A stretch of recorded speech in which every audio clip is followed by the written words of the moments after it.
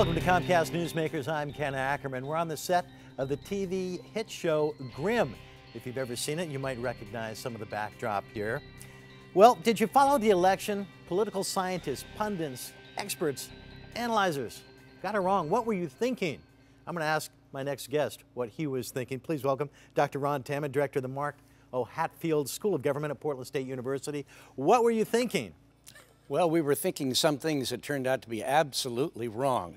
And that happens after every election. But in this one in particular, there's some astounding mistakes that all the pundits and my fellow political scientists made. Let's start with the right track, wrong track numbers. Beginning at every election, everyone says, follow the right track, wrong track numbers, because they're very predictive about who's going to win.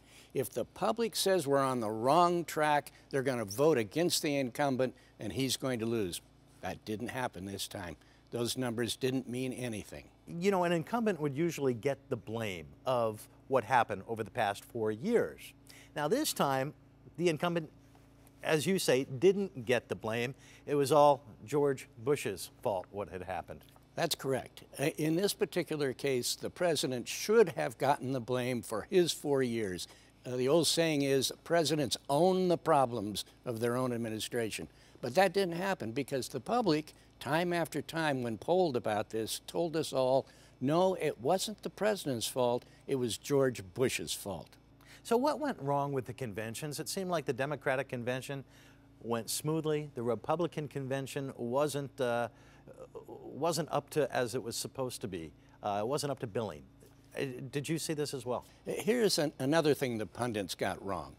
We all say, virtually all of us, that these conventions don't matter. You don't even have to watch them because they don't have any impact on anybody anymore.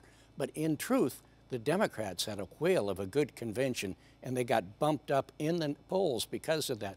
The Republicans had a pretty bad convention from all standards that we can observe by measuring afterwards. So the conventions did make a difference in this race. And tell me about those standards by which you measure these conventions and what the Republicans did wrong versus what the Democrats did right.